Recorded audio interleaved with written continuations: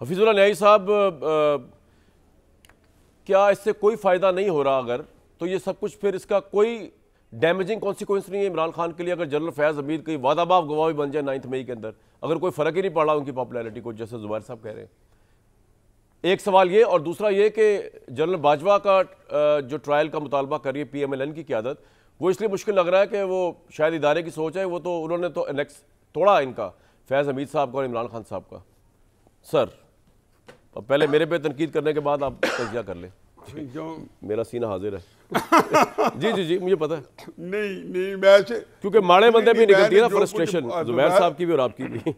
मैंने जो कुछ ज़ुबैर का हशर नशर देखा है, कोई जो फातर अक्ल ही अब आपके ऊपर कोई जो है थोड़ा बहुत बात कर सकेगा। मैं तो डिफेंस दिया। और ये नहीं, यही तो मैं कह रहा हूँ कि जो कोई ज़ुबैर साहब के साथ हो गई है शो के अंदर, कुछ भी नहीं हुई भाई, आप बिला वजह कही जा रहे हैं। ज़ुबैर साहब भाई है मेरे, लो और मेरी जुर्रत है कि मैं आपके शान अक़दस में गुस्ताखी करूं। सर माफ कर दे, माफ कर दे। जमीनों आसमानों पे तो सारी माफ कर दे, माफ। जमीनों आसमानों पे तो सारी तारीफें अल्लाह ताला के लिए हैं, और जो कोई बच्ची कुछ है उसका बहरहाल बहुत कुछ उसका जो है माफी, अल्लाह से माफी मांगता हूं मैं। अब सर तज़िये पे आ जाए प्लीज। बहुत आपने तंज के तीर चला लिए कामरान शायद के जी सर, अब आप आगे आ जाए। आपने खुद ही कहा है कि कुछ ना कहे। अच्छा देखा जी कामरान, मैं तो हैरान हूँ कि पत्नी आप किस दुनिया में रहते हैं। मैं बिल्कुल ज़ुबैर साहब से मुतफ़िक़ नहीं हूँ कि आपका कोई एजेंडा है, लेकिन मैं आपकी सादगी पे मारना जाऊँ। ऐ खुदा, आपकी सादगी से आपने अपना सारा इंट्रो बयान फरमाया, मैं तो उसी ने मुझे मबहूत करके रखा हुआ है।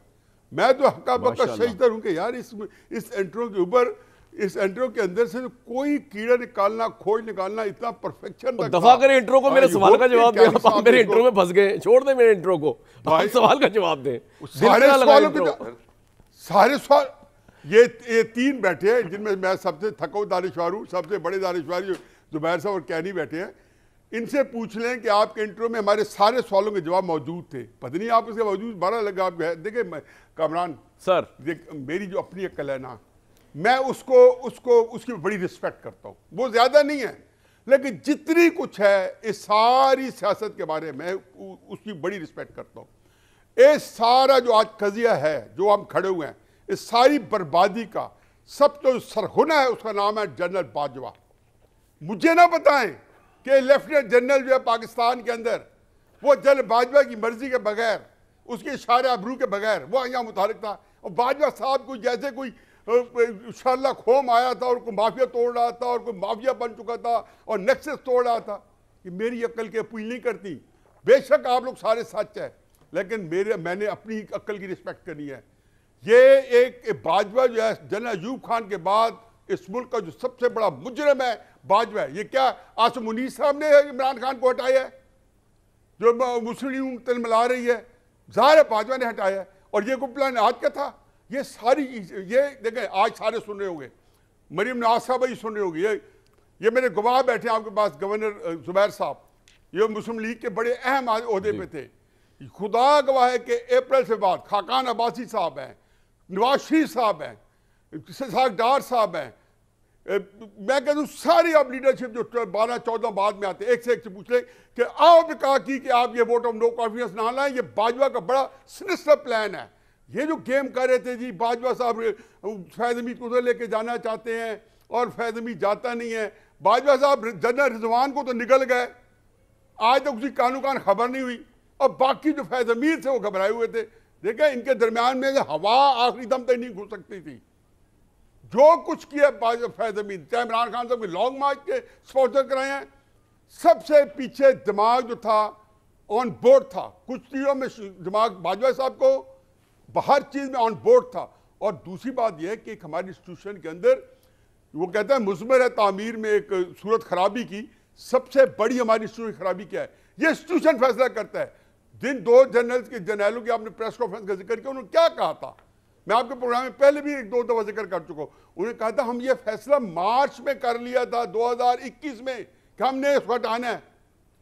और फिर अगले देखें सुने उनकी दोबारा अपनी रिकॉर्डिंग उनके पास, मैं बार-बार सुनता हूं। तो सर आप कहना क्या चाह रहे हैं? सर सुनता हूं। उन्होंने कहा मैं यही कहना चाहता हूं, आप सुन रहे हैं, आप सुने ना बात। और उन्होंने कहा 18 साल नाफिज रहेगा। ये इमरान खान साहब को हटाने का नवाज शरीफ साहब को हटाने का इंस्टीट्यूशन का फैसला है। अब ले आए नवाज शरीफ साहब को। ये मुस्लिम लीग नून का लीडर नवाज शरीफ साहब है, शहबाज शरीफ साहब है। कैनी साहब से कहे ना कि क्यों लीडर को अबेंडन कर दिया इन्होंने। ये सारी ये इतनी जालिम पार्टी है कि इन्होंने बाजवा साहब के हाथ में इस तनदेही से इस्तेमाल हुए कि अपने लीडर को अबेंडन करके बैठे हैं। बाकी पति उनकी मर्जी है, नहीं है, मुझे कोई गर्ज नहीं है, ठीक है। लेकिन हकीकत ये है कि ये अब बात आई इमरान खान साहब के। इमरान खान साहब के लिए जुबैर ने बिल्कुल सही कहा है। इमरान खान साहब के लिए तब कुछ चीज़ डैमेज होगी, किसी सियासतदान के लिए क्या चीज़ डैमेज है, वो है उसकी पब्लिक सपोर्ट कम हो जाए। मुझे बताएं कौन सा आपने हुनर रमाया है कि इमरान खान साहब की पब्लिक सपोर्ट कम हुई हो। और फिर इमरान खान साहब की पब्लिक सपोर्ट आई कहां से है? क्या इमरान खान ने कश्मीर फतह किया था? क्या इमरान खान से 50 लाख घर दिए थे, 1 करोड़ नौकरी दी थी? फौज के खिलाफ बड़ी दलेरी दिखाई थी उन्होंने, 16 पे छोड़ के गया था, जो फौजों को लेकर आई, ये किया था उन्होंने। उसको छोड़े, मैं कह दूं कुछ कर, हाँ मैं बता रहा हूँ ना, ये किया ना फौज के खिलाफ कर लेना भाई। एक तो सर आपकी बात, अब पॉइंट आ गया आपका। अब मैं ठीक है, चलो कर ले कंप्लीट, कर ले। इमरान खान में और आप में एक चीज कॉमन है, वो 90% सारी चीज उसकी शख्सियत की घूमती है, उसकी सियासत, उसके सब क्या प्रोग्राम है जिसमें आप ही दंदनाते फिर रहे होते हैं। सर हम तो तमाशाई बैठ के पैरी सर आपकी बात सुन रहा हूँ मैं तो तालियां बजवाने के बुला नहीं सर नहीं, आप सुन रहा हूँ। खाक बात है कि बात कर ही नहीं पाता, आज तक तसल्ली नहीं हो। सर 5 मिनट बोले आप माशाल्लाह, 5 मिनट बोले अनइंटरप्टेड, मैं सुनता रहा हूँ आपको और बड़ी खुशी सुन रहा हूँ। यार मैं आपके तहे दिल से ताउम्र शुक्रगुजार हूँ जो थोड़ी सी उम्र रह गई है उस तक।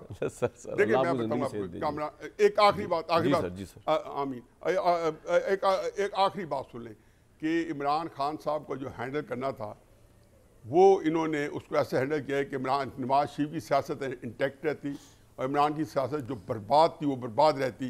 तो मेरा ख्याल है कि शायद जो उसको हटाना चाह रहे थे वो उसकी सियासत मार्जिनलाइज करती। क्या यह बदकिस्मती है कि कैनी साहब के मानने या न मानने से, मेरे मानने या मानने से क्या होता है?